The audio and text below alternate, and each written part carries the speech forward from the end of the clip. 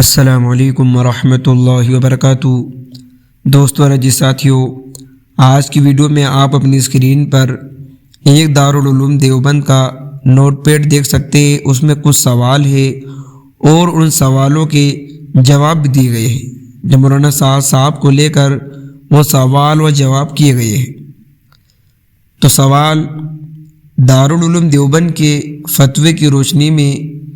کیا مولانا محمد سعد صاحب کو امیر ماننے والی جماعت جو مولانا موصوف کی انہی نظریات کی اشاعت و ترویج کرتی ہے جن پر دارالعلوم دیوبند نے سخت گرفتگی ہے کے ساتھ کسی بھی طرح کا تعاون کرنا یا ان کے ساتھ جڑ کر ان کے کام کا رفیق بننا اور اس کی ترویج کرنا شرعتاً درست ہے؟ یہ بات ملحد نظر رکھنے کی ضرورت ہے کہ مولانا موصوف کی فکر سے وابستہ افراد اور جماعت تدریجاً دارالعلوم مدارس علماء دین کے دیگر شعبوں میں کام کرنے والی جماعتوں سے بدظن نہیں بلکہ ان کی تحقیر، ان کے کام کی تنقید اور حدود سے مجاوز تنقید آئی ہے۔ جواب: جس شخص کے خیالات اور بیانات حق سے منحرف اور اہل سنت والجماعت کے مقصد سے ہٹے ہوئے ہوں اور مسلسل تنبیہات کے بعد تمام علماء کے فتوے کے باوجود کوئی اصلاح نہیں پائی گئی،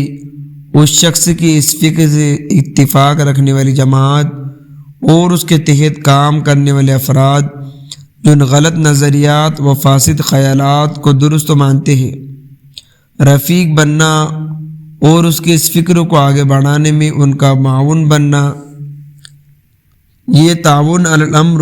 والعنوان کے دائرے میں آتا ہے جو کہ قرآن مجید کے ارشاد مبارک سے روح سے صراحتاً ممنوع ہے۔ سوال: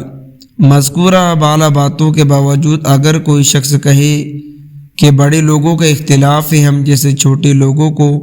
اس اختلاف میں پڑے بغیر تبلیغ کا کام کرنا چاہیے، اس صورتحال میں موصوف سے متعلقہ جماعت کے ساتھ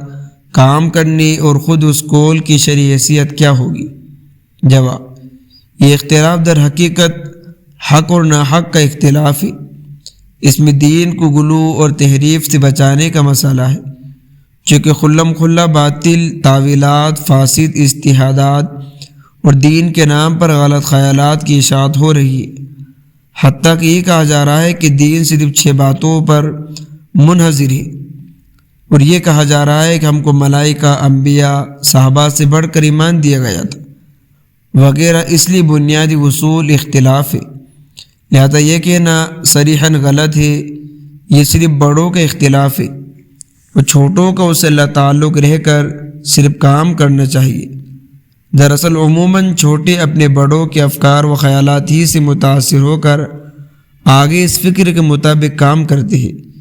اس لیے اپنے آپ کو ایسے بڑوں کے ساتھ جوڑنا جو مسلک اہل سنت والجماعت کی فکر نہ ہو ہرگز درست نہیں ہے۔ تو دوستو، یہ تھے وہ کچھ سوال جو جواب جو آپ کے سامنے پیش کیے ہیں۔ ملتے ہیں نیکسٹ ویڈیو میں۔ السلام علیکم۔